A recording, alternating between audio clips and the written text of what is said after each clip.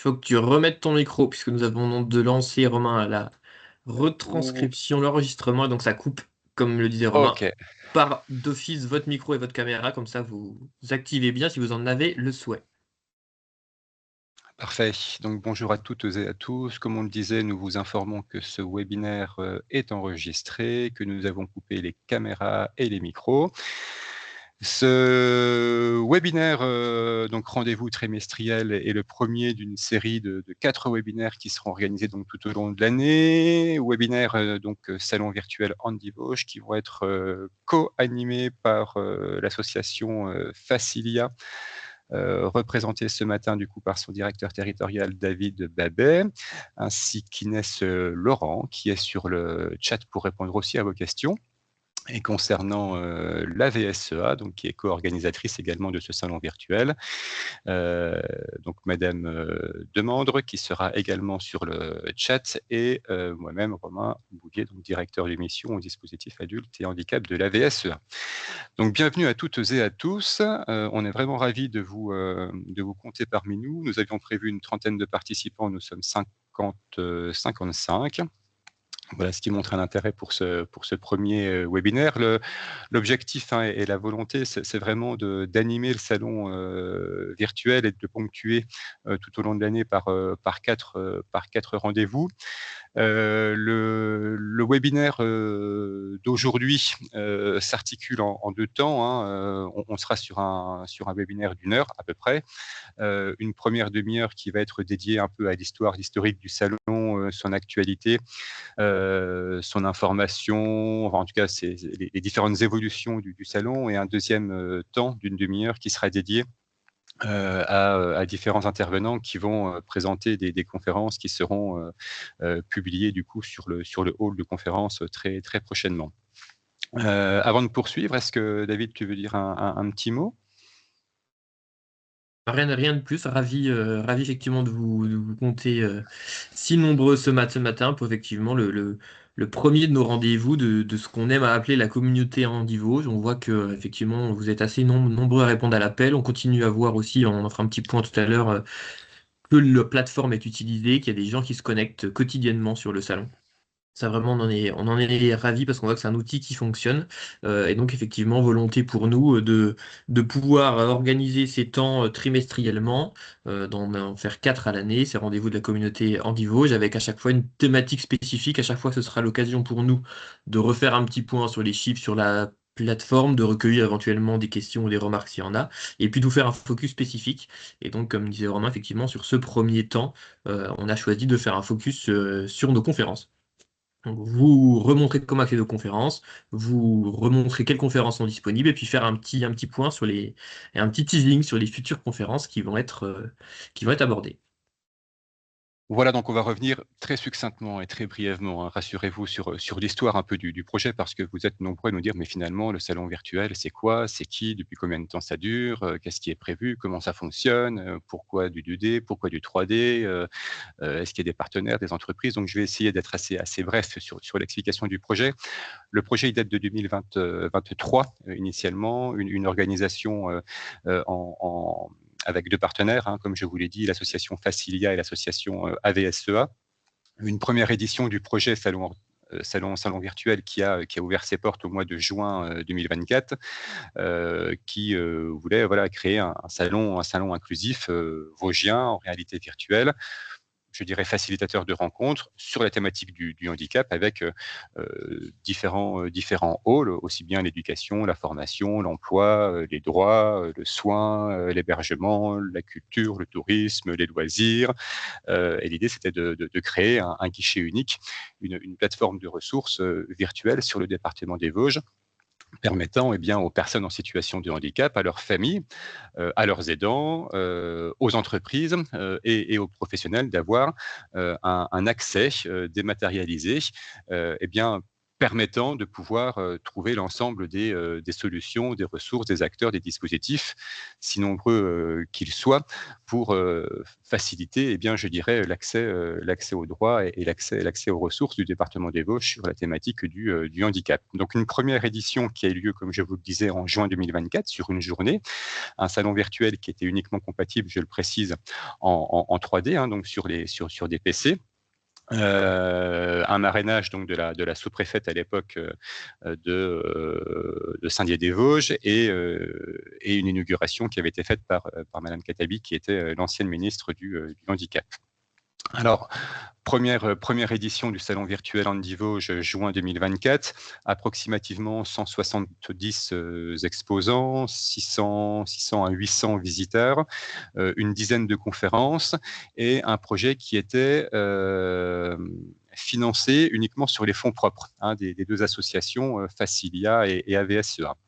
Et puis au fur et à mesure de ce salon, des échanges, il nous a été, en tout cas, on nous a invités, voilà, à poursuivre l'expérimentation, à continuer le développement et à remettre en place une édition pour 2025.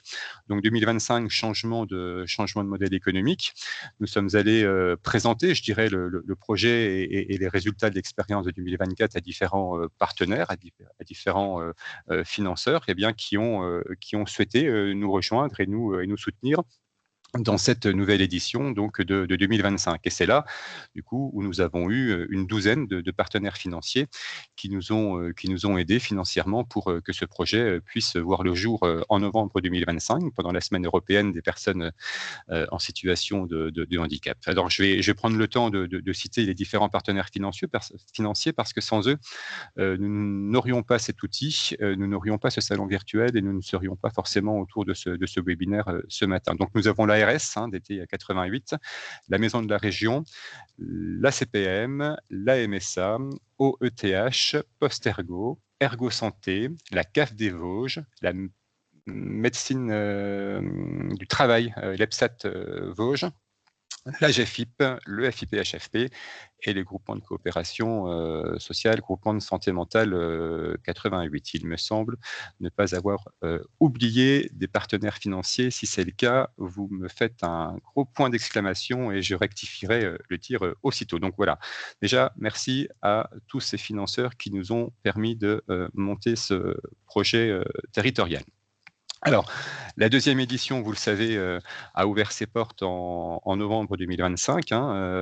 Aujourd'hui, on est sur un salon qui s'organise avec 8 halls, des halls sur l'emploi, sur la formation, sur l'insertion, un hall dédié aux acteurs engagés, les entreprises, un hall dédié à l'autonomie, à l'habitat, un hall dédié à l'éducation, à la famille, au répit, un hall dédié à la santé, à la prévention, un autre dédié aux droits, aux services. Voilà, donc ce qui fait 8 halls, plus un hall de conférence, ce qui nous amène aujourd'hui à vous dire que vous êtes environ 200 exposants, en tout cas vous étiez 200 exposants le 21 novembre 2025, et on a eu le plaisir d'accueillir depuis cette nouvelle édition jusqu'à aujourd'hui de nouveaux exposants qui ont rejoint l'aventure virtuelle, à savoir l'APA Finance, qui est une association d'aide aux personnes en situation de handicap en tout cas pour le ministère des Finances. La MJC Lorraine qui a rejoint également l'aventure parce qu'il propose différentes vidéos sur des parcours extraordinaires de personnes en situation de handicap, différents services de la VSEA liés au logement, à la protection juridique et aux prestations familiales. L'association Activité Physique Santé donc, des Vosges, Ergo Psy Santé, Boost My Talents, Calmigo, qui est une application ludique pour des personnes en situation de handicap porteuses de troubles du déficit de l'attention et d'hyperactivité, Déovision pour malvoyants et aveugles, la mission locale de la Plaine des Vosges, qui a rejoint également l'aventure, le CFA Papetier de Gérardmer, l'association Chemin de Traverse, qui d'ailleurs fera une petite conférence, un petit pitch de conférence tout à l'heure, la société Compo, le club de sport adapté d'Épinal, un organisme de formation, Robin Stephens, qui est plutôt chargé de la santé mentale, la formation au premier secours en santé mentale. Et puis voilà, donc ça nous fait aujourd'hui quasiment 220 partenaires exposants qui ont rejoint ce beau projet territorial. Ce qui fait qu'on n'a plus beaucoup de places disponibles, puisque nous sommes techniquement, puisque vous le savez, hein, que ce soit l'association FAST ou l'association AVSEA, nous ne sommes pas, nous, développeurs informatiques, nous passons par un prestataire nantais. Hein, la société s'appelle Real Team, le salon virtuel s'appelle Ultiplace, et nous sommes techniquement limités à 240 exposants, ce qui est déjà pas mal. Quand on a créé le projet en 2023-2024 avec David Babet, on s'était dit, si déjà on arrive à convaincre une trentaine de partenaires, ce sera déjà très bien. Bon, aujourd'hui, on est à 220 et nous avons une capacité totale de 240 exposants, ce qui fait qu'on a encore 20 places à pourvoir. On a quelques demandes, mais je profite du coup de ce temps de parole pour inviter celles et ceux qui n'auraient pas encore rejoint l'aventure, eh bien de nous le signaler. On se fera un plaisir de vous accueillir. La deuxième édition, donc 2025, qui se poursuit tout au long de l'année 2026, et ça c'est important de le préciser, on est bien dorénavant sur un salon virtuel territorial, donc en version 3D et en version 2D, donc compatible smartphone, tablette et ordinateur. Donc une édition qui sera ouverte jusqu'au 31 décembre 2026, qui est gratuite. Hein, l'accès au salon est bien gratuit, aussi bien pour les visiteurs que pour les exposants. Et ça, on y attache une grande importance. Et c'est bien pour ça qu'on a eu des financements pour permettre un accès aux droits, aux ressources et aux services à l'ensemble des Vosgiennes et des Vosgiens. L'édition 2025 a été saluée également par le ministère donc, du handicap. Hein. On a eu le discours de Madame Parmentier-Lecoq, qui était l'ancienne ministre en charge du handicap, et nous avions un parrain exceptionnel que certains peut-être connaissent, qui est Joseph Skovanec, qui est écrivain, philosophe et chroniqueur dans différentes radios ondes nationales. Quelques chiffres pour poursuivre également ce webinaire. On est aujourd'hui à 4000 visiteurs hein, depuis l'ouverture du salon donc en novembre. Quasiment 1200 conversations en ligne, c'est-à-dire des personnes qui se déplacent sur le salon, sur les halls et sur les stands, et qui vont solliciter les exposants pour activer des chats. Donc les chats sont considérés comme des conversations en ligne. Donc il y en a eu voilà 1200. Et puis vous savez qu'il y a un système de cartes de visite utilisable aussi bien d'ailleurs par les exposants que par les visiteurs. Aujourd'hui, on a quasiment 5000 cartes de visite qui ont été échangées donc tout au long de l'ouverture du salon jusqu'à aujourd'hui. Ce qui fait grosso modo je crois qu'il y a une quarantaine de visiteurs par jour. En tout cas, on a regardé les dernières stats avec Monsieur Babet hier. On sait qu'aujourd'hui, le salon génère voilà, une quarantaine de visiteurs chaque jour, ce qui n'est pas négligeable, et que si le salon est ouvert aussi bien aux personnes en situation de handicap, à leurs familles, aux aidants, aux professionnels et aux entreprises, on se rend compte que beaucoup de professionnels utilisent en fait cet espace virtuel, cette plateforme, comme un outil au quotidien, leur permettant aussi bien de faire leur mission et d'avoir l'ensemble des ressources apportées de clics. Peut-être faire un petit pitch aussi sur la communication. On a choisi dans le cadre de ce salon virtuel de faire de la communication soit par voie de presse, hein, donc essentiellement ce matin ou quelques magazines spécialisés locaux, par voie de radio avec Vosges FM, et puis Radio Cristal également, et enfin un bon nombre de communications par les réseaux sociaux, qui ramène un bon nombre de visiteurs, ce qui nous a aussi conduit à réfléchir sur des campagnes de communication via Google, hein, pour les plus experts, Google Ads, qui ramène aussi un trafic assez important sur notre salon. Pour autant, il est important de se dire aussi que chaque exposant est lui-même, comment vous dire, ambassadeur, promoteur de l'événement, et doit participer, voilà, à sa valorisation par les différents réseaux qu'il souhaite. Donc, on sait que le taux de fréquentation d'un salon dépend certes de la communication qui est assurée, qui est gérée par les organisateurs, hein, ce que l'on fait, mais que chaque exposant a aussi son jeu et sa carte à jouer pour faire venir, voilà, de la visite. Le hall tout à l'heure, le hall conférence, hein, dont je vous parlais, il y avait une quinzaine de conférences en 2024, 2025, 25 conférences. Aujourd'hui, on est quasiment à une quarantaine, je crois, David, de conférences disponibles, donc en replay, hein, accès gratuit. L'idée donc de ce webinaire, c'est aussi en deuxième partie de laisser, je dirais, la parole à cinq conférenciers, qui vont présenter une thématique qui fera l'objet d'une conférence qui sera publiée ou qui est déjà publiée sur notre hall de conférence. L'idée, voilà, c'est d'animer, voilà, tout au long de l'année ce salon virtuel avec différents sujets, différentes thématiques.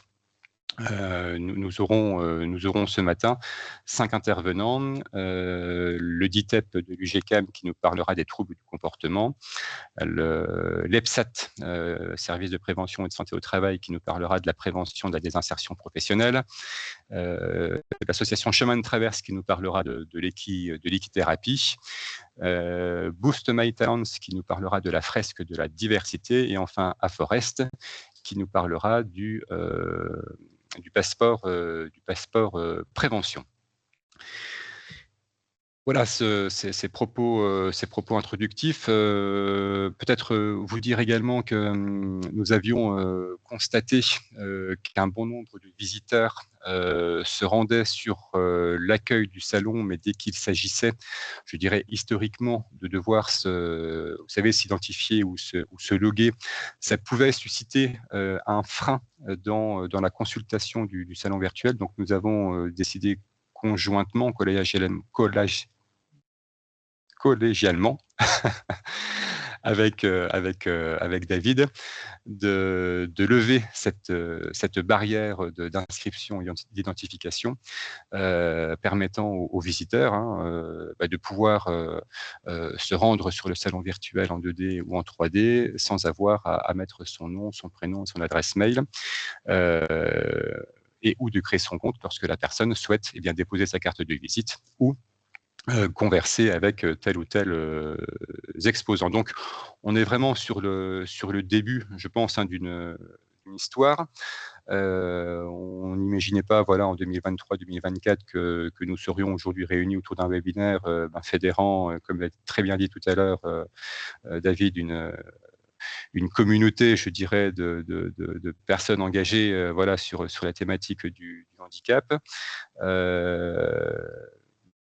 Je vous remercie toutes et tous parce que le salon virtuel, les halls, les exposants, les visiteurs, cet engouement, ce ne sont pas deux organisateurs, hein, c'est pas uniquement FAS ILIA et la VSEA, c'est bien une volonté, une implication et un engagement du territoire, donc de vous toutes et tous, que vous soyez entreprise privée, que vous soyez établissement public.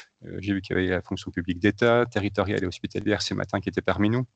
L'ensemble des experts, l'ensemble des partenaires, l'ensemble des exposants, l'ensemble du réseau pour l'emploi, l'ensemble du service public de l'orientation, de la formation qui sont présents et qui font qu'aujourd'hui, notre innovation sociale, notre expérimentation, qui date déjà depuis 1 an et demi, 2 ans, eh bien, devient une réelle plateforme au service des utilisateurs, du territoire, et n'est qu'au début de son développement. Donc, il y a encore forcément quelques écueils à corriger, quelques améliorations à faire. C'est ce que l'on fait tout au long de l'année. On proposera, je pense, un autre webinaire peut-être dédié exclusivement aux exposants, pour voilà, avoir quelques clés ou quelques astuces peut-être techniques pour rendre encore plus attractif leur stand. Mais aujourd'hui, voilà, on est bien dans une démarche collaborative qui génère un trafic, dans le bon sens du terme, en tout cas un flux de visiteurs non négligeable. La solution est en co-construction au fur et à mesure. Et pour conclure, vous dire que notre salon virtuel, et quand je dis notre salon, c'est notre outil à nous tous, fait l'objet d'un dépôt de brevet auprès de l'INPI. La démarche a été engagée récemment très clairement pour protéger notre concept et faire que ce salon virtuel Handy Vosges, eh bien, reste une plateforme de ressources d'accès aux droits, d'accès aux services sur le handicap, au bénéfice des Vosgiennes et des Vosgiens, même si on voit que ça dépasse les frontières départementales, régionales et un petit peu nationales, tant mieux, mais que l'on puisse être toujours garant de cette belle démarche d'innovation sociale. Voilà, j'en finirai pour ma part. Je passe la parole du coup à David pour la suite. Et puis, de nouveau, remercier toutes celles et ceux qui font cette belle communauté vivante au service du handicap dans les Vosges. Et je reste à votre entière disposition. Merci. Merci beaucoup Romain pour ce récap, effectivement, de cette belle aventure en Vosges. Pour effectivement faire la transition vers ce qui nous attend aujourd'hui, donc savoir un petit focus sur les conférences. Vous rappelez effectivement, vous avez dû le voir pour ceux qui se rendent dans leur espace exposant, qu'effectivement le forum est vivant, le forum évolue, la solution se développe. Et donc, il y a des petits changements d'interface. Nous avions fait, pour ceux qui nous avaient rejoints pour la journée d'ouverture, entre guillemets, du 21 novembre, un guide vous avait été envoyé pour comment accéder à mon stand, comment retrouver les différents onglets. Sachez que ce guide est en train d'être mis à jour. Pour ceux qui sont rendus dans leur espace exposant, vous avez dû voir que les interfaces ont été modifiées. C'est normal, la solution évolue. Le but, c'est d'ajouter des fonctionnalités, de rendre la solution plus performante. Donc ce guide est en train d'être mis à jour. Dès qu'il sera fini, on vous le réenverra. Ça vous fait déjà un petit guide avec déjà une sorte de petite foire aux questions. Et bien sûr, il y a toujours les messageries de contact si vous avez un problème à nous faire remonter. Et on essaye de le régler bien sûr au plus vite. Euh, voilà. Et donc effectivement, avant Peut-être, Ouais, vas-y Romain. oui, peut-être si nous passons voilà, dans quelques minutes à la partie présentation des conférences par les 5 intervenants, peut-être qu'il serait opportun, avoir, hein, David, si ça te convient, d'avoir un petit espace temps d'échange malgré tout de 5-6 minutes, même si chacune et chacun a la possibilité de laisser son message sur le chat et on y répond. Mais s'il y a des personnes qui ont plus de facilité à discuter par voix, voilà, de laisser un petit temps d'échange quand même avant de passer à la phase présentation des conférences, si cela est possible, sans que ça ne perturbe notre programme et notre timing. C'est possible, effectivement, s'il y a des choses à faire remonter pour l'instant, tout en disant qu'effectivement, comme tu le disais tout à l'heure, je pense qu'on prévoira dans tous les cas, à l'issue d'un des rendez-vous ultérieurs de la communauté Handy Vosges, un point plus technique avec du coup le prestataire qui nous a mis la solution en ligne pour pouvoir répondre vraiment à toutes les questions plus techniques auxquelles nous on répond dans la limite de nos moyens et de nos connaissances. C'est pour ça que je faisais lien avec le guide tout à l'heure. Mais effectivement, là, s'il y a déjà des petites remarques, alors il y a nous deux questions dans le chat, effectivement. Combien de temps avez-vous mis pour la construction de ce salon en amont de sa mise en ligne? Alors, si on compte depuis l'idée principale, je pense une bonne année. Et puis après pas mal de mois et de semaines de travail avec le prestataire que Romain connaissait déjà, pour que ça corresponde à ce qu'on avait imaginé. Et sur ça, vraiment, on peut le dire aussi, on a face à nous un prestataire qui est dans cet esprit communautaire, cet esprit participatif que l'on souhaite, et on se le permet de le souligner là parce que c'est aussi agréable pour nous. Voilà, d'essayer de régler les problèmes rapidement, d'essayer de mettre au service dès qu'il y a des choses qui sont améliorées, de les mettre à disposition du salon. Tout n'est pas parfait, ça ne l'est jamais, mais en tout cas, voilà, tout est fait dans un esprit quand même au service du bien commun qui nous tient à cœur avec Romain. Oui, et lors de la première édition, nous avions fait le constat qu'un bon nombre de visiteurs n'avaient pas pu se connecter parce qu'ils n'étaient pas forcément équipés d'ordinateurs. Donc là, c'était une bonne petite claque générationnelle aussi. On pensait que beaucoup de personnes avaient un ordinateur et finalement non. Il y a de plus en plus de personnes qui ont davantage de smartphones que d'ordinateurs ou de tablettes, ce qui nous a amené du coup à faire évoluer cette plateforme 3D en plateforme 2D. Et comme l'a dit David, le travail avec le prestataire informatique est en constante évolution, en constante amélioration, aussi bien sur l'ergonomie, sur la navigation, sur l'accessibilité. Il n'est pas encore au top du top, on en est conscient, il y a encore plein d'améliorations et d'ajustements à faire. Donc on est dans une on est en permanence dans un travaux évolutif, mais avec un produit voilà, qui s'ajuste, qui s'affine, aussi en fonction eh bien, de vos retours, de vos commentaires, de vos souhaits et propositions d'amélioration. Et puis Donc juste oui, beaucoup d'heures, de semaines et de mois de travail pardon, en amont du lancement. Et puis, pour répondre à une question que je vois passer dans le chat, enfin d'autres, plusieurs même, bonjour tout le monde. Est-il possible de vous proposer de nouvelles conférences en cours d'année? Bien sûr. Là d'ailleurs, les personnes qui vont pitcher leurs conférences sont des conférences qui vont être ajoutées. Donc, bien sûr, le but c'est en continu, si vous avez un sujet, si vous avez des supports, si vous avez des mesures, si vous avez envie de présenter vos métiers, enfin voilà, tout est vraiment possible. Vous nous faites un petit mail, un petit contact, et bien sûr que on peut ajouter, nous, en continu des conférences nouvelles. C'est bien le but que cet outil soit vivant et évolue en continu. Donc, avec grand plaisir pour ajouter de nouvelles conférences. Et puis, une autre question, comment assurez-vous l'actualisation constante des différents contacts? Les partenaires sont responsables de leur stand. Bien sûr, on ne peut pas surveiller, on ne peut pas savoir pour vous quand vos contacts évoluent. Donc, évidemment, chacun des exposants est garant de l'actualisation de son stand, que ces infos sont mises à jour, que les contacts sont les bons. Ça, bien sûr, nous, on ne peut pas le faire pour tout le monde. Nous, on se charge que la plateforme soit accessible, qu'elle fonctionne bien, d'animer la communauté, mais bien sûr que vous êtes chacun acteur de vos stands. Oui, c'est une question très pertinente, hein. Les organisateurs que nous sommes n'ont pas accès à vous identifiant une connexion pour gérer en lieu et place de l'exposant votre stand. Donc c'est bien vous qui êtes entre guillemets propriétaire de votre espace et qui avez les outils et les clés pour faire la mise à jour de vos informations. Je compléterai pour dire que les 3 autres rendez-vous Andy Vosges, webinaires Andy Vosges auront lieu vraisemblablement au courant du mois de juin, du mois de septembre, et le dernier qui sera organisé au mois de novembre pendant la semaine européenne pour l'emploi des personnes en situation de handicap. Et pour finir sur ce sujet des webinaires, il vous est aussi possible, vous exposants, de créer votre propre conférence depuis votre stand, hein. Vous avez la possibilité depuis votre stand de créer votre propre conférence. Nous, aujourd'hui, nous les organisons, l'organisateur organise, je dirais, différents webinaires avec des conférences, mais rien ne vous empêche de dire, ben moi, stand X ou Y, j'organise pour mes propres visiteurs, mes propres bénéficiaires, mes propres usagers une conférence. Vous nous la soumettez, c'est-à-dire que vous l'enregistrez ou vous la faites en direct.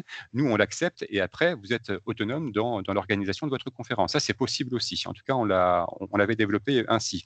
Une conférence sur Andy Vosges peut être auto-administrée par son propre exposant, par le propre stand de l'exposant, sur le propre stand de l'exposant. Ça, c'est possible. Voilà. Voilà. Est-ce qu'il y a des personnes qui souhaitent intervenir, prendre la parole, s'exprimer, nous faire part de leur expérience, nous faire part des difficultés? On n'est pas là aussi uniquement pour entendre ce qui va bien, on peut être là aussi pour entendre les difficultés que vous avez rencontrées. Et ça fait partie aussi de l'amélioration de la qualité et l'amélioration constante des dispositifs, quoi. Donc, soyez libres de vous exprimer. Alors, lors des propositions des conférences, lors des propositions des conférences, les exposants reçoivent-ils une invitation ou une information par mail?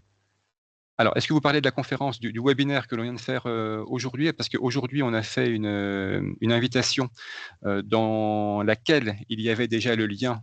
Donc, on a demandé à ce que les personnes nous confirment leur participation pour évaluer globalement le nombre de personnes qu'il y aurait sur ce webinaire. Donc, nous, on envoie toujours le lien Teams pour le webinaire. Alors, pour les exposants, ça sera à l'exposant à communiquer le lien de la conférence qu'il va enregistrer. David, si tu veux reprendre. Ouais, c'est tout à fait ça. Et puis, on avait une autre remarque qui était, je suppose qu'avec le guide, vous nous envoyer, vous nous expliquerez comment faire pour ajouter nos événements sur notre salon. Oui, je crois que c'est possible, effectivement, vous avez un espace agenda où vous pouvez créer vos propres événements. Vous pouvez effectivement, comme disait Romain, ajouter des vidéos, vous pouvez ajouter des kakémonos, des supports si vous avez, vous, des flyers pour parler de vos événements. Et vous avez des liens avec vos agendas également. Donc vous pouvez très bien notifier soit des événements, soit même des rendez-vous en direct avec vous, c'est possible. Voilà, vous avez tout à fait la possibilité de personnaliser votre propre stand, hein, comme vient de le dire David, aussi bien sur le chat, sur les emails, sur les numéros de téléphone, sur les PDF, sur le Kakemono. Bien souvent, on invite très facilement les exposants à mettre une petite vidéo en fait sur leur stand, parce qu'on s'aperçoit qu'il y a beaucoup de visiteurs qui viennent sur le stand, qui regardent les vidéos, qui téléchargent le PDF, qui ne rentrent pas nécessairement en communication avec vous, donc ce qui peut aussi générer quelques interactions voilà, en moins par rapport à l'édition 2024, et puis qui repartent après ailleurs, puisque l'accessibilité a quand même été simplifiée. Quand vous créez votre stand, vous êtes aussi affecté, je dirais, à un hall qui est thématisé. Aujourd'hui, sur les 8 halls, il y en a quasiment 5 qui sont complets, je crois, 5 ou 6. Je vous l'ai dit, hein, il reste une vingtaine de places.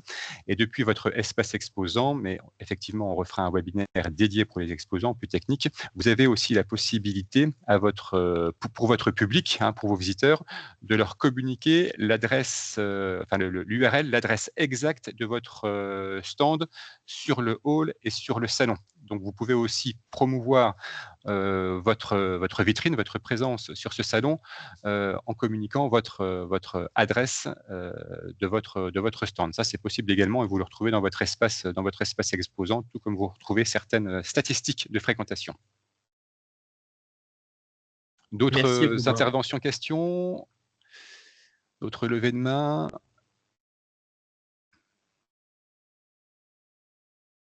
Alors, il y avait une Alors, autre question dans le chat, quelles sont les modalités pour devenir partenaire et quels sont les avantages? pour Alors, devenir partenaire ou pour devenir exposant, c'est quoi? Par partenaire, là, il nous faudrait peut-être plus de précision sur votre question, ou bien vous revenez vers moi par mail. On a aujourd'hui, si vous voulez, un principe, hein, c'est le principe de gratuité pour les visiteurs, pour les exposants. Donc, un exposant aujourd'hui, qu'il soit entreprise privée, établissement public, qu'il soit organisme de formation, structure d'insertion par l'activité économique, expert, bref, l'ensemble des exposants ne payent pas hein, très clairement leur stand, parce que nous avons recueilli des financements tout au long de l'année 2025 permettant de faire vivre le salon tout au long de l'année 2026. Alors, je ne sais pas si vous voulez devenir partenaire, c'est-à-dire sponsor ou soutien financier du salon, ou si vous voulez devenir exposant. Si vous voulez devenir exposant en tant que partenaire, partenaire de l'emploi, de la formation, si vous êtes établissement social, médico-social, votre stand est gratuit. Donc, vous nous envoyez un mail hein, sur contact@andivoche.fr et on vous répondra.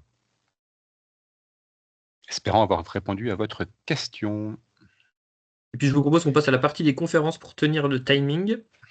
Alors, avant de faire pitcher nos nouveaux conférenciers, ce que je vous propose, c'est peut-être pour vous remettre à jour que notre collègue Inès puisse partager son écran pour juste vous remontrer comment accéder aux conférences. Ça me paraissait important depuis le navigateur pour que tout le monde soit bien à jour de demain, je veux aller voir les conférences, je veux faire un petit tour sur les conférences nouvelles ou je veux savoir comment les gens peuvent retrouver mes conférences. Je vous propose qu'on vous montre rapidement le chemin depuis son ordinateur, comment faire pour aller consulter les conférences. Inès, est-ce que tu peux partager ton écran, s'il te plaît? Alors, on t'entend pas, je pense que ton micro est coupé. Alors, on t'entend pas.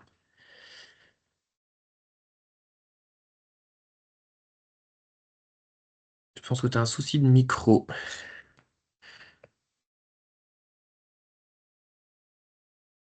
Non, on t'entend toujours pas.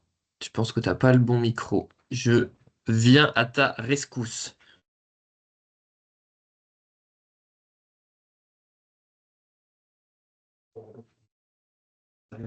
Là, vous m'entendez?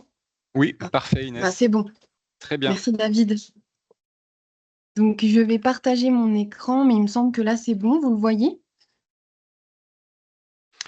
Alors, on voit votre écran, oui, OK. on voit votre fenêtre, on voit votre bureau et on arrive OK. sur, voilà, sur Donc sur là, l'actualité.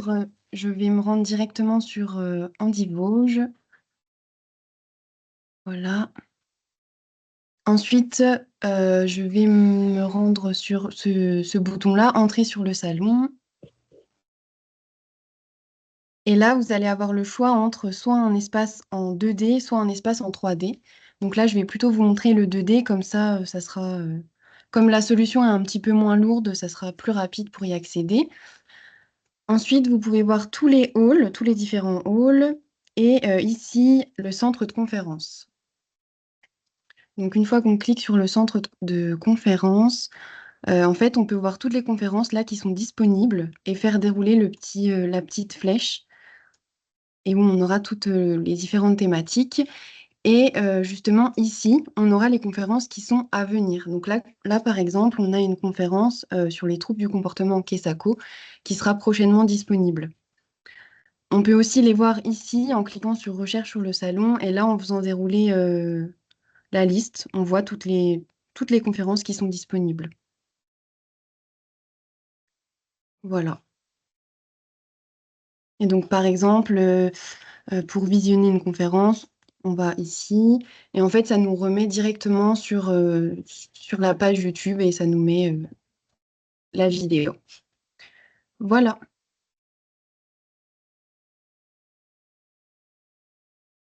Merci beaucoup, Inès,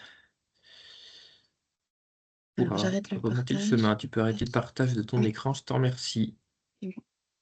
Donc il nous reste une vingtaine de minutes du coup pour passer la parole à nos intervenants. Nous avons donc, je vous l'ai dit, 5 intervenants qui ont déjà donc enregistré ou préenregistré une conférence qui sera consultable, accessible sur le hall de conférence.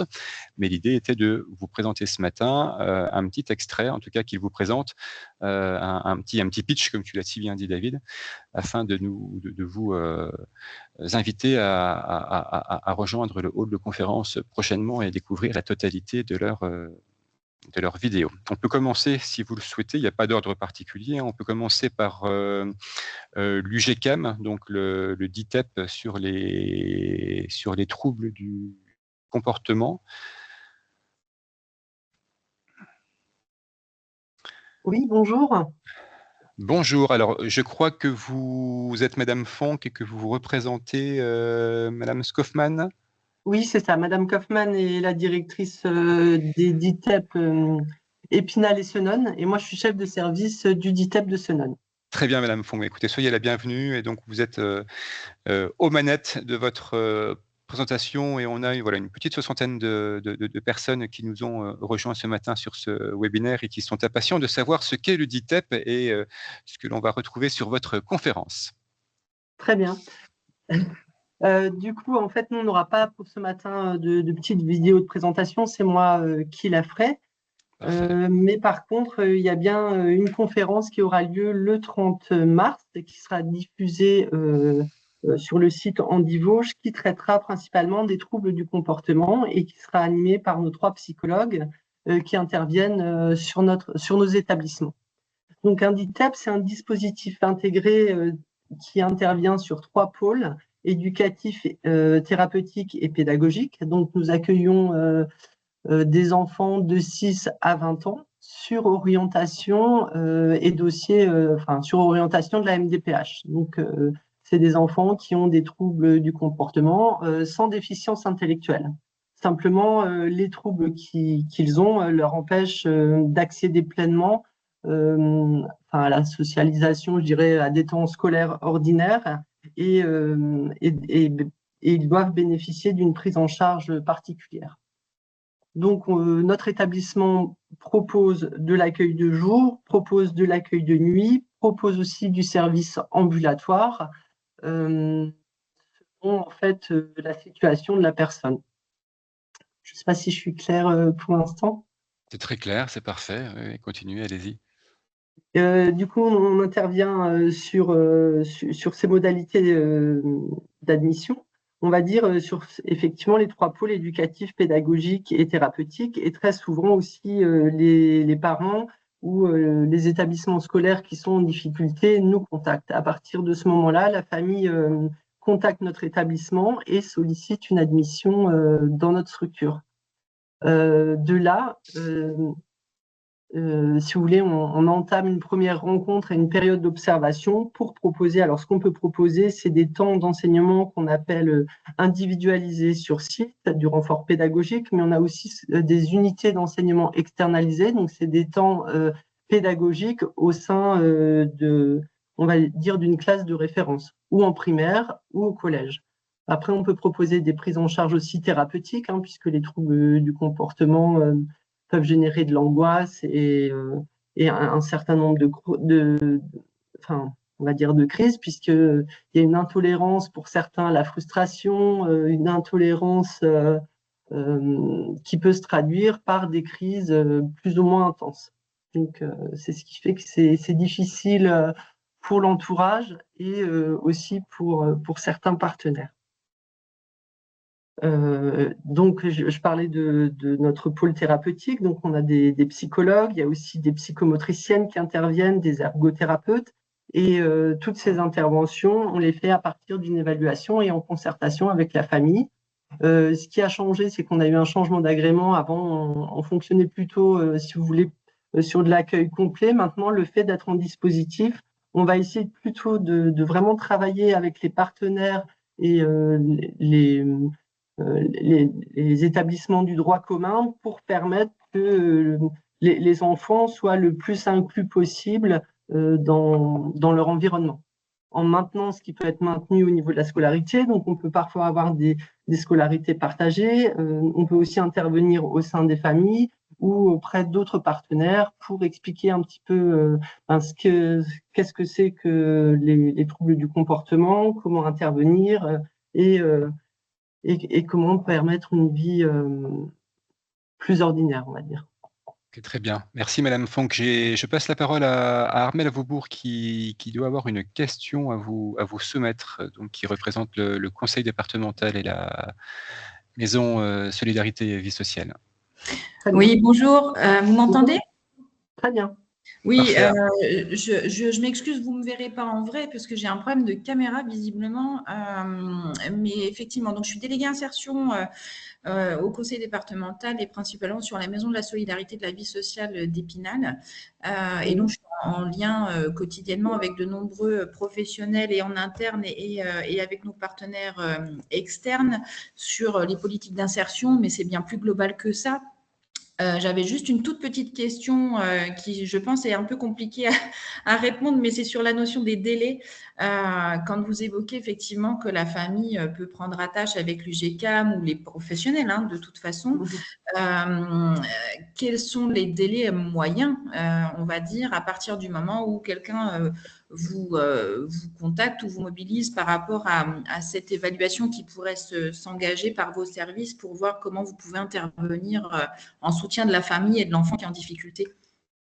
Oui. Alors, ça revient aussi à la question de nos places. Hein. Moi, je parlais pour Senon. On a, si vous voulez, 48 places, 20 qui sont plutôt fléchées sur du service ambulatoire et 28 qui sont fléchées sur l'accueil de jour, l'accueil de nuit. Avec les changements aussi des pouvoirs politiques, on doit pouvoir aussi maintenant combiner nos différentes modalités. Donc, il est difficile d'avoir une file active qui soit plus grande que celle de 48. Donc, effectivement, une fois qu'on accueille un enfant, on s'assure, avant qu'il puisse sortir, qu'il puisse réintégrer son environnement ou acquérir de la formation professionnelle, ou en tout cas une scolarité, un retour dans le milieu familial ou éventuellement dans une famille d'accueil. Les durées d'accompagnement varient sur notre service, je dirais entre 3 à 4 ans, voire 8 ans pour des situations, on va dire, plus complexes. Hein. Puisqu'il y a des fois des enfants qui peuvent avoir de multiples vulnérabilités, qui sont effectivement placés, qui ont un parcours complexe, et du coup, ça nécessite une prise en charge plus longue. Plus longue. Effectivement, en termes de liste d'attente, une fois qu'on est complet, on a quand même, au niveau de Senon, 20 personnes, 20 personnes qui sont sollicitées, qui sont sur liste d'attente. Et en fonction effectivement des possibilités qu'on peut avoir, des éventuellement personnes qu'on va dire sortantes, ça peut varier sur notre site entre 6 mois à 1 an, voire 2. Sur Épinal, c'est beaucoup plus complexe. Il y a moins de place sur le site et eux, ils sont plutôt à un délai de 1 an et demi de délai. Voilà, je vais devoir. Merci beaucoup, Oui, Madame merci. Franck et Hermel, pour ces questions. On voit que c'est du coup passionnant tous ces échanges sur les enfants et les prises en charge donc d'enfants en situation de handicap et être aussi un petit peu le maître du temps, bien qu'on soit déjà un petit peu hors délai. Merci en tout cas, Madame Franck. Il nous reste une petite douzaine de minutes pour poursuivre sur les autres intervenants. Je vais passer du coup donc remercier bien chaleureusement Elisabeth Fonck pour son intervention et passer la parole à Madame Jacquin, peut-être du service de prévention santé au travail, donc l'EPSAT Vosges, sur la prévention de la désinsertion professionnelle. Est-ce que Madame Jacquin est parmi nous? Est-ce que l'EPSAT est parmi nous? Alors, si l'EPSAT n'est pas parmi nous pour l'instant, on va passer la parole au chemin de traverse avec Laetitia Lanotte, peut-être, pour l'équithérapie. Oui, bonjour. Alors, attendez, j'essaie Bonjour. de désactiver. Bonjour Voilà. Laetitia, bienvenue. Bonjour à tous. Merci. Alors, je vais présenter un petit peu l'association. Déjà, donc moi, je suis Laetitia Lanotte, présidente de l'association Chemin de Traverse depuis 15 ans. Donc, nous sommes une association qui proposons de la médiation équine et plus spécifiquement de l'équicie. Donc, sur les sites d'Épinal proche d'Épinal et de Remiremont, on a 2 sites. Et donc, on accueille toute personne en situation de handicap. Voilà, quel que soit le handicap, on n'a pas de spécificité. Enfin, voilà. Pour des séances individuelles ou collectives. Pardon. Et donc, ce qui me tenait à cœur aujourd'hui, c'était d'expliquer un petit peu les différents accompagnements qu'il pouvait y avoir avec le cheval. Parce que quand on entend différentes terminologies, on peut être un petit peu perdu par rapport aux accompagnements. Donc, quand on parle de médiation animale, souvent, ça exclut le cheval. Parce qu'en termes d'assurance et de diplôme, c'est vraiment très spécifique. Donc, il y a 4 catégories d'accompagnement, on va dire. Donc, ce qu'on appelle communément l'équithérapie, qui n'est pas un terme déposé, donc tout le monde peut se dire équithérapeute. Donc ça nécessite vraiment d'avoir un diplôme de thérapeute universitaire, en plus d'une formation, on va dire une valeur ajoutée à un diplôme initial. Et donc ça, c'est une visée de soins, tout comme l'hypothérapie, qui est la rééducation avec le cheval, donc plus de la kiné à cheval, on va dire. Donc tout ça, c'est la catégorie soins. Ensuite, il y a ce qu'on appelle l'équitation adaptée. Donc, l'équitation adaptée, c'est par un moniteur d'équitation qui peut avoir parfois une spécificité type brevet équihandi ou équisocial, mais c'est vraiment des petits modules en fait qui permettent un apprentissage de l'équitation pour des personnes en situation de handicap. Donc vraiment apprendre à monter à cheval, on est sur un objectif pédagogique. Ensuite, il y a l'équi-coaching, c'est un petit peu à la mode en ce moment. Donc là, c'est un diplôme, enfin une certification de coach, plus à viser coaching individuel ou coaching d'entreprise, technique de management, etc. Donc, ce n'est pas forcément ce qui nous anime dans le handicap. Et donc, il y a la partie Equici, donc, où nous, Gwen et moi, on est formés. Donc, on est toutes les deux éducatrices spécialisées de formation et équiciennes. Donc, l'Equici, c'est la relation d'aide, en fait, par le cheval. C'est une formation de 3 ans. 3 ans, à l'époque, nous, on devait avoir pardon, je suis un petit peu malade. On devait avoir un diplôme initial, soit d'éducateur spécialisé, soit de moniteur d'équitation pour entrer à la formation. Et cette formation-là, elle vise vraiment comment pas utiliser le cheval, j'aime pas ce terme-là, mais à se faire accompagner par le cheval, en fait, pour un mieux-être, acquérir des savoir-faire, des savoir-être, un mieux-être global, en fait, et par la relation d'aide avec le cheval. Donc, en fait, l'accompagnement va vraiment être différent selon la certification et le diplôme de la personne qui encadre. Et parfois, les gens sont perdus parce qu'ils vont vers une structure et en fait, ce n'est pas du tout ce qu'ils cherchent. Donc, nous, l'idée, c'est de proposer vraiment les 4, de clarifier en fait la terminologie des 4 types d'accompagnement pour orienter correctement les gens. Donc voilà un petit peu ce qui me tenait à cœur de partager pour que ce soit plus clair. Sur notre site, on a fait un petit tableau justement avec les différents accompagnements pour le partager au maximum. Et la conférence qu'on propose, donc c'est une séance collective qu'on avait proposée il y a quelques années avec La Croisée, donc qui est voilà, un service spécialisé en addictologie avec lesquels on a travaillé pendant 8 ans. Donc voilà, je vous laisserai découvrir le reportage si vous le souhaitez. Merci beaucoup Laetitia pour cet exercice en quelques minutes de donner envie aux personnes de venir vous rejoindre sur la conférence voilà, qui sera déposée prochainement et de nous éclairer sur votre activité d'équithérapie. Je passe la parole. Alors, on a la médecine du travail, l'EPSAT, qui essaye de trouver une solution parce qu'ils sont bien présents sur notre webinaire, mais ils ont un petit problème de micro. Donc, avant qu'ils ne retrouvent une solution technique, je vous propose que l'on passe la parole à l'organisme Boost My Talents qui va nous présenter la fresque de la diversité. Et il me semble que c'est Chloé Sadi qui doit logiquement intervenir. Chloé, est-ce que vous êtes là? Je suis tout à fait là. Super, bienvenue. Je vous passe la parole. Pareil, même exercice, désolé.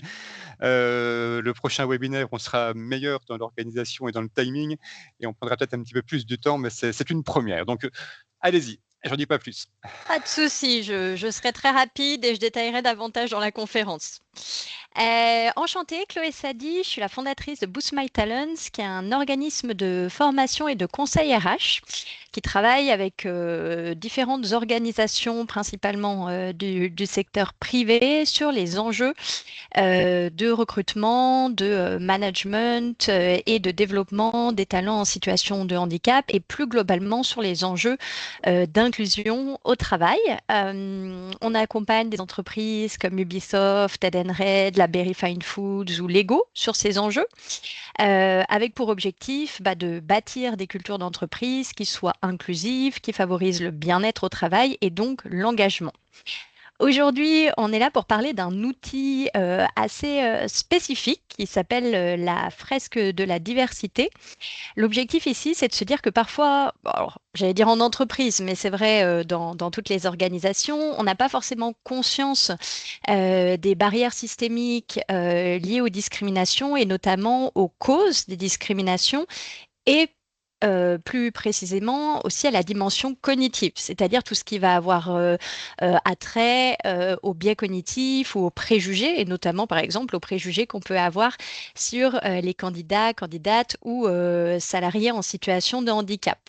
Pour vous en parler très rapidement, en fait, la fraise de la diversité, c'est un jeu. Alors, je suis ravie pour une fois, le fond n'empêche pas de voir la carte. Le visuel. Voilà, le visuel. En fait, la fresque, c'est basé sur un jeu de cartes et l'objectif est de permettre à un groupe, donc par exemple en entreprise, de pouvoir manipuler des cartes, donc il y en a 42 en tout, de les placer dans un ordre qui fait sens pour eux et donc de s'imprégner de certains concepts et en fait de pouvoir mieux comprendre les causes, les conséquences des discriminations et qu'est-ce qu'il est possible de faire pour justement pallier ces phénomènes de discrimination ou d'exclusion avec des actions correctives, qu'elles soient individuelles, organisationnelles. Donc c'est un atelier assez court qui dure 3 heures et l'objectif est de pouvoir prendre conscience de l'importance d'adresser ces préjugés au quotidien dans le but évidemment de permettre l'inclusion de toutes et tous au travail et notamment des personnes en situation de handicap. J'ai essayé de faire court, j'espère que j'ai tenu les délais. Parfait, mission accomplie, challenge réussi. Merci beaucoup, Chloé, pour cette présentation de la fresque de la diversité. Je vais repasser la parole à tout hasard à Aurélie Jacquin pour savoir si elle a réussi à se connecter, en tout cas au niveau du micro, concernant la médecine du travail. C'est parfait, Et vous Aurélie. entend très bien. Soyez la Merci. bienvenue avec le micro qui fonctionne. Et du coup, on écoute les services de prévention et de santé au travail avec l'EPSAT Ouais. sur la Alors, prévention de la désinsertion professionnelle. je vous partage du coup, enfin, j'essaye en tout cas de vous partager mon écran.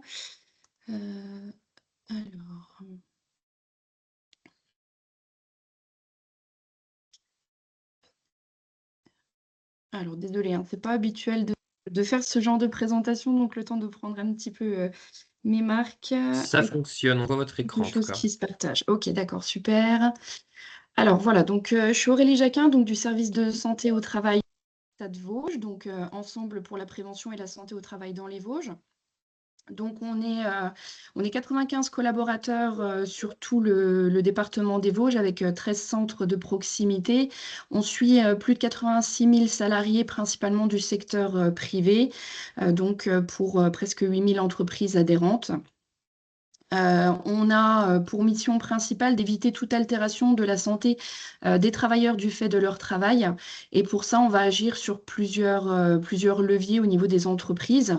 Donc, on va pouvoir agir et sensibiliser directement dans les entreprises par différents moyens, comme par exemple des sensibilisations sur des risques particuliers, tout ce qui va être études de poste qui peuvent être réalisées. On va avoir notre mission de surveillance de l'état de santé des travailleurs, donc avec ce qui est bien connu au niveau des visites avec le médecin du travail ou l'infirmier en santé au travail. On va pouvoir conseiller et proposer des solutions aux entreprises et aux salariés. Et puis, on a aussi une mission de traçabilité et de veille sanitaire. Ouais, un petit souci sur votre partage, Madame Ah. Jacquin, qui s'est arrêtée subitement. D'accord, alors. On ne peut pas avoir et le partage et le micro. C'est peut-être pour ça, en fait. On a déjà le micro. Voilà. Soyons... Est-ce que c'est revenu? Non. Non, c'est pas revenu. Alors, je vais essayer autrement. Partager comme ça. Bon, sinon, Mais sinon, je pourrais le faire suivre si vous voulez aux Ouais. participants. Ça marche, pas de souci. Je vais de toute façon présenter et puis le faire suivre, ça serait super. Merci beaucoup. Voilà, comme je vous disais, donc ces missions, nous sommes plusieurs métiers pour pouvoir donc les réaliser. Donc médecin du travail, infirmier santé au travail, technicien en santé au travail, ergonome, psychologue du travail, assistant secrétaire médical, chimiste. On a aussi des techniciens pour tout ce qui est hygiène, sécurité au niveau BTP et on a aussi une assistante sociale prestataire de services. Notre offre de service, c'est donc pouvoir prévenir les risques professionnels, assurer également le suivi de l'état de santé et donc prévenir la désinsertion professionnelle. Et c'est par rapport à cette troisième offre de service qu'a été créée donc la cellule prévention de la désinsertion professionnelle de l'EPSAT Vosges, qui est en place donc depuis janvier 2023 pour répondre à une loi qui demandait donc de renforcer la prévention en santé au travail. Donc cette cellule, elle est composée en interne donc d'un médecin du travail, d'un ergonome et donc d'une infirmière de santé au travail, donc moi-même qui suis coordinatrice donc de cette cellule. Et nous avons aussi des partenaires externes avec donc notre assistante sociale prestataire et une chargée de mission de Cap Emploi. Donc les objectifs de cette cellule de prévention de la désinsertion professionnelle, c'est de pouvoir apporter du soutien aux médecins du travail et leurs équipes dans la recherche de solutions de maintien en emploi pour des salariés en difficulté. On organise également tout le partenariat autour de cette prévention de la désinsertion, donc avec nos partenaires Cap Emploi, Service social de la CARSAT, médecins conseils de la CPAM, etc. Et on organise aussi des actions d'information et de sensibilisation sur toute cette thématique de prévention de la désinsertion. Donc la conférence qui sera proposée au courant du deuxième trimestre 2026, c'est vraiment de voir ensemble comment on peut favoriser le maintien en emploi des salariés. Donc déjà par des définitions qui seront données. On va aussi parler des enjeux de cette prévention justement pour les salariés et les employeurs. Donc tous les objectifs qui tournent autour de cette prévention. On parlera donc des différents acteurs de la prévention de la désinsertion avec un focus sur le médecin du travail, son équipe et les outils et dispositifs qui sont à notre disposition dans les services de santé au travail. Et pour illustrer tout ça, on prévoit donc de donner des exemples de parcours de salariés qui ont été maintenus dans leurs emplois. Donc justement, voilà, pour tracer un petit peu les dispositifs qu'ils auront pu bénéficier. Voilà.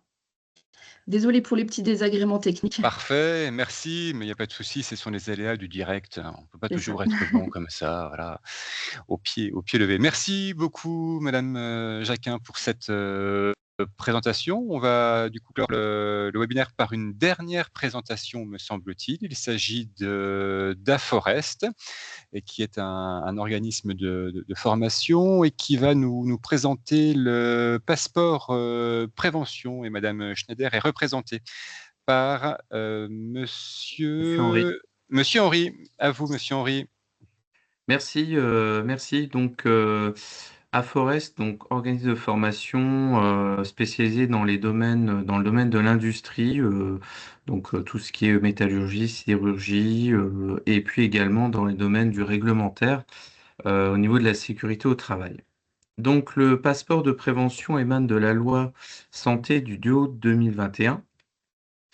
L'objectif du passeport de prévention, c'est centraliser un petit peu l'ensemble des éléments de formation en lien avec l'accès sur la sécurité au travail et du salarié via un compte virtuel.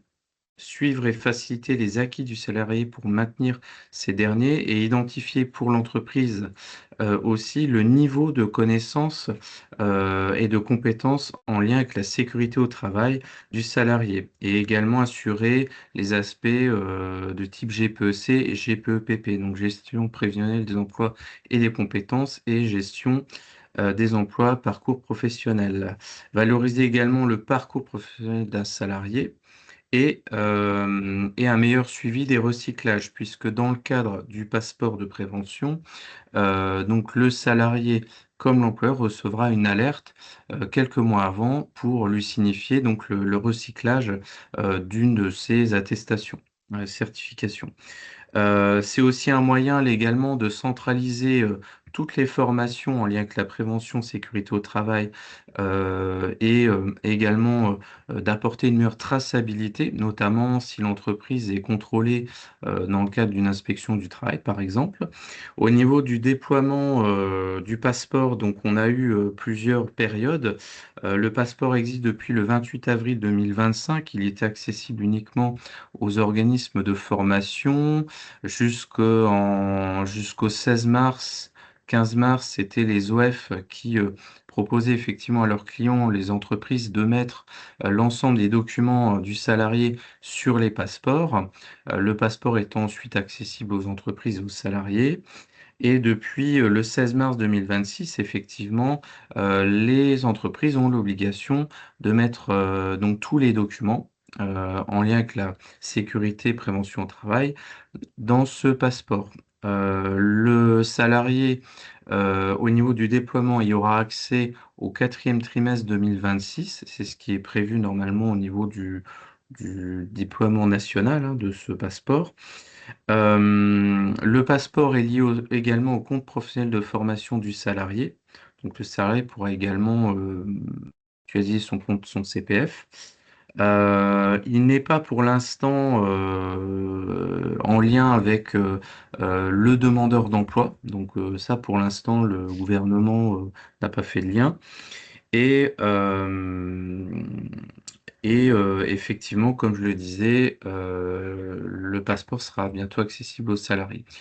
La loi de santé et le passeport regroupent finalement 4 catégories de formation en lien avec la sécurité. Les catégories 1, formation obligatoire encadrée par la réglementation. Cette catégorie comprend l'ensemble des formations obligatoires encadrées par un référentiel. La catégorie 2, finalement, c'est une des plus connues, c'est tout ce qui regroupe notamment conduite de chariot, autorisation, SST, donc les formations pour des postes de travail nécessitant une autorisation de l'employeur. Donc également à mettre dans ce passeport. La catégorie 3, les formations avec un objectif spécifique prévu par la réglementation, le contenu de la formation, les modalités d'évaluation. Et les conditions de renouvellement de la formation sont donc ici laissées à libre appréciation de l'employeur. Catégorie 3 et catégorie 4, ce sont les formations répondant à l'obligation générale de formation de l'employeur non prévues, non encadrées par un code ou par la réglementation, qui relève de l'obligation de l'employeur de former ses salariés au risque professionnel. Au niveau donc de l'accessibilité du passeport, vous pouvez y avoir accès par Google via le lien Net Entreprise. Et ensuite, vous serez, c'est finalement assez intuitif. Vous pourrez déclarer sur un onglet qui s'appelle Effectuer une formation. Et déposer soit une attestation de formation, soit une attestation de réussite de formation. Donc en fonction du type de formation, imaginons si c'est effectivement un CACES, on aura l'attestation de réussite. Si c'est une attestation de formation, ça sera par exemple attestation de travail en hauteur. Je donne des exemples pour que ça soit plus parlant. Suite à ça, vous serez par étapes guidé pour pouvoir valider voilà, chacun des documents. Et effectivement, à chaque étape, on vous demandera de mettre des codes NSF ou des codes ROM. Et vous aurez également un PDF par étape qui vous donnera par métier, par spécialité, l'ensemble des codes NSF et des codes ROM. Donc, voilà. Donc, je pense que j'ai été Parfait. concis. Très Voilà. concis. Merci beaucoup, Monsieur Henry, pour ce sujet du Merci à vous. passeport prévention. On arrive du coup au terme de notre premier rendez-vous en niveau webinaire donc du mois de mars. On se donne rendez-vous donc au mois de juin, vraisemblablement. La date n'est pas encore fixée. Nous restons donc l'association Facilia et l'association AVSOA, co-organisateurs de ce salon virtuel et de ces webinaires à votre disposition et joignable par mail, contact@andivauge.fr. Vous l'avez compris, ce salon virtuel Andivauge, ces halls, ces conférences, ces exposants, ces visiteurs, c'est quelque chose voilà, qui évolue jour après jour, semaine après semaine, mois après mois, année après année. On est, je vous l'ai dit et je le redis, qu'au début voilà, d'une aventure qui fonctionne bien grâce à vos participations, votre implication. On essayera d'être meilleur dans le timing du prochain webinaire parce qu'on a un petit peu débordé de 10 minutes, on s'en excuse. On vous souhaite une très belle journée. S'il y a des structures, des organismes, des établissements socio-médico-sociaux qui veulent rejoindre le salon et créer un stand, donc je le redis, c'est gratuit. Il reste encore une vingtaine de places. Une relance va être faite très prochainement pour être au complet. C'est le seul salon virtuel du handicap qui existe en France. Merci à toutes et à tous. Et puis peut-être mot de la fin pour Facilia, Monsieur Babet, donc directeur délégué. Merci beaucoup, Romain, merci à tous. Effectivement, pas d'autre chose à dire que cela. Merci pour votre présence. On voit que cette communauté existe, qu'elle est là, donc on en est ravis. Et puis, donc on vous fera suivre l'enregistrement ainsi que les supports pour ceux qui souhaitaient vous présenter quelque chose ce matin et qui n'ont pas forcément réussi. Et puis on vous communiquera très bientôt la date du prochain rendez-vous. Bonne journée à tous et merci beaucoup, Romain. Merci David, merci à tout le monde, à très bientôt. Au revoir.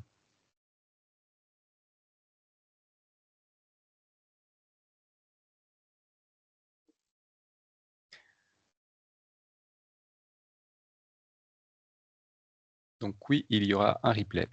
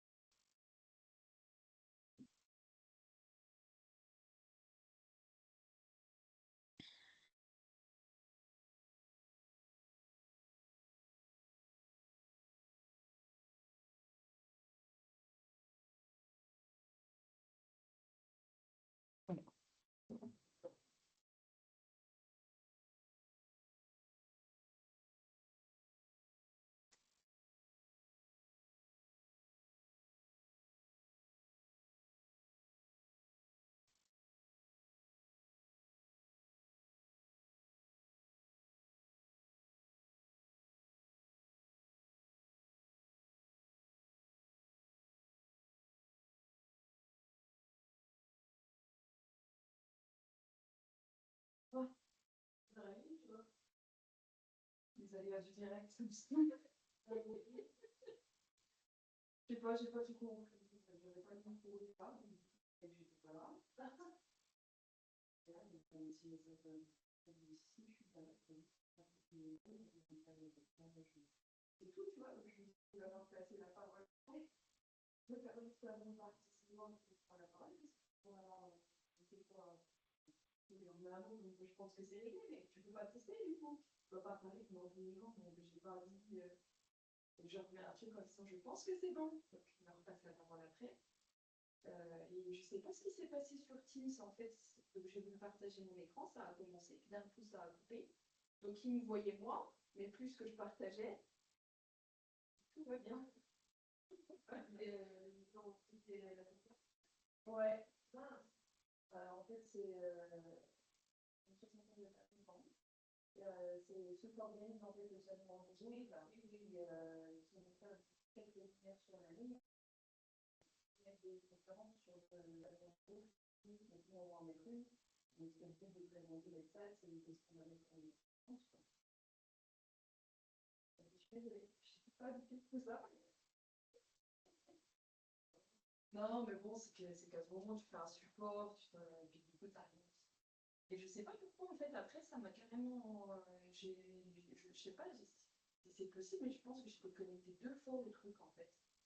Parce qu'après, j'avais double son quand j'ai éteint moi mon micro. Après, en fait, j'entendais en écho. Mais combien de monsieur qui parle, mais en fait, personne ne m'a dit en fait, c'est moi. Et effectivement, il y a un truc qui fait que j'ai l'impression et d'être déconnectée. Enfin, je sais parce que moi, je voulais que ma sens pour être plus opérationnelle une prochaine fois. Mais ouais, bon, j'ai eu un bon coup de chaud. C'est rien, c'est rien. Qui m'a appelé pour savoir s'il y avait des ateliers d'organiser d'appréhension. Ah, je lui dis ça dépend. J'ai appelé. Ils peuvent aller voir ça sur le site de l'EPSAT. S'il faut qu'ils aillent voir EPSAT.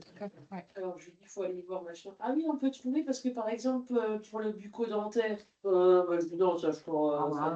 Non. Ah oui, vous c'est plus par rapport avec le travail. Bah oui. Ah non, bah ça m'intéresse pas. Ah oui, d'accord. Je ne sais pas qui c'était, hein. Elle me l'a dit, mais je ne sais plus, une sauce quelconque ou un truc, je ne sais pas quoi. Non, ça, je ne pense pas voir.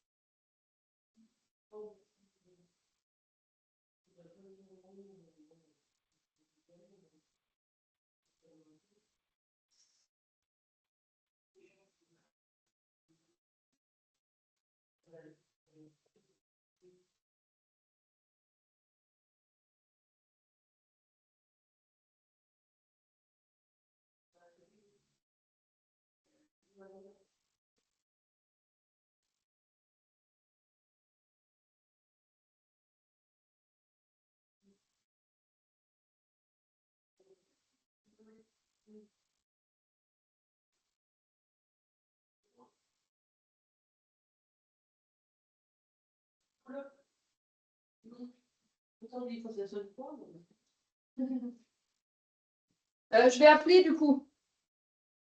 Vous réserver.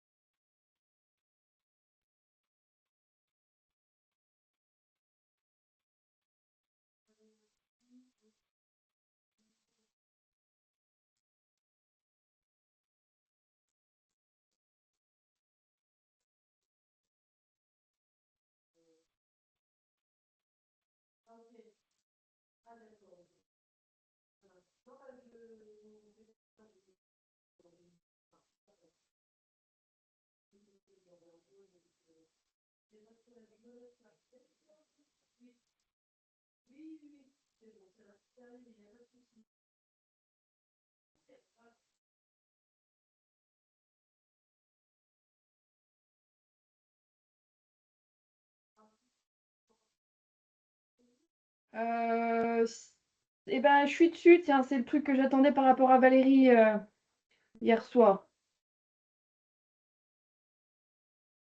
Ok. Du 27.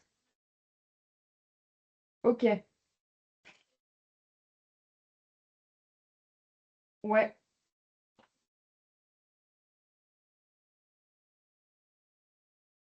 D'accord.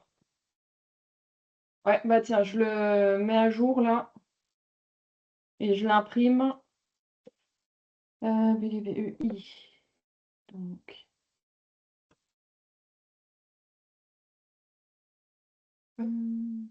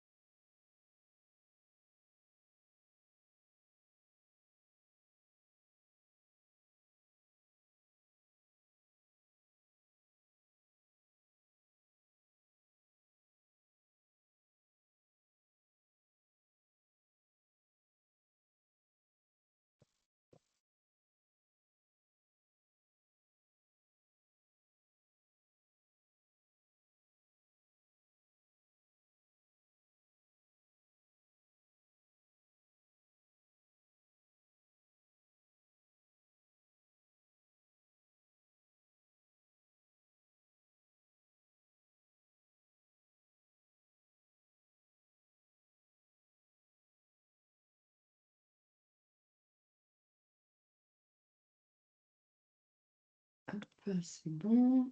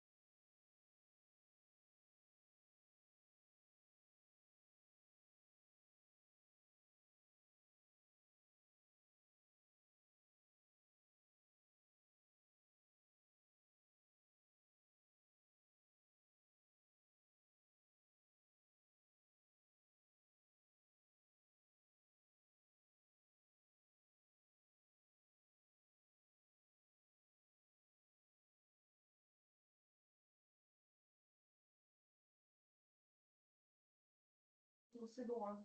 Du coup,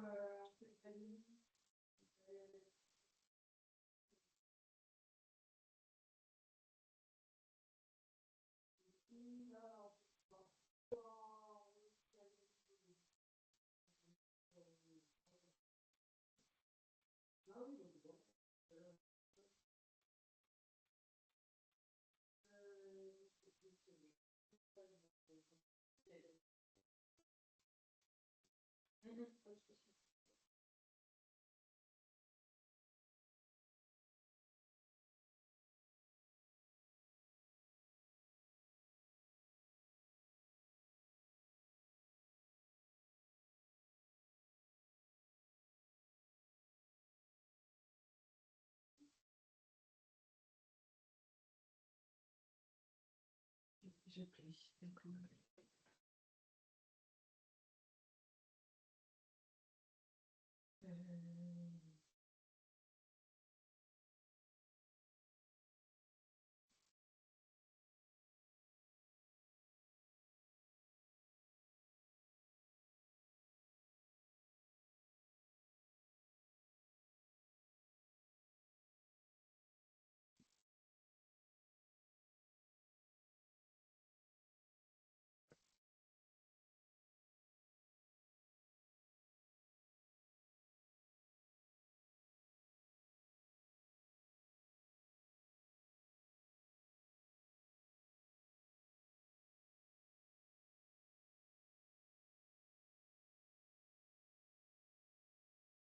Ouais, je tombe sur la messagerie pour le resto. Bah, je réessaye de rappeler tout à l'heure. Je vais laisser passer 5-10 minutes. Bah écoute, ils disent bien du mardi au samedi midi, donc à moins qu'ils aient un souci, si je vais voir sur Facebook.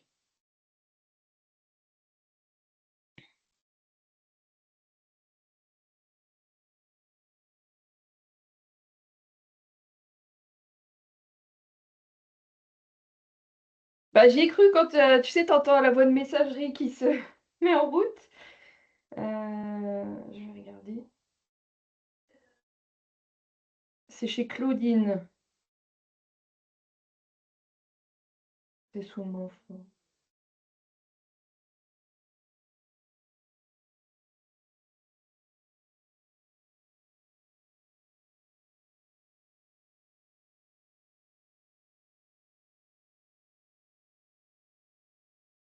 Non.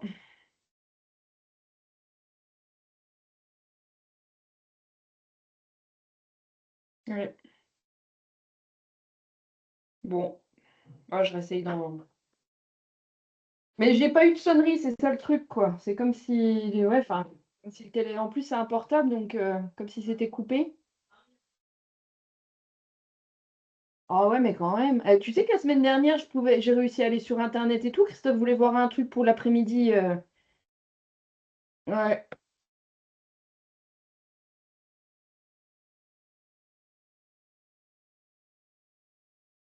Non.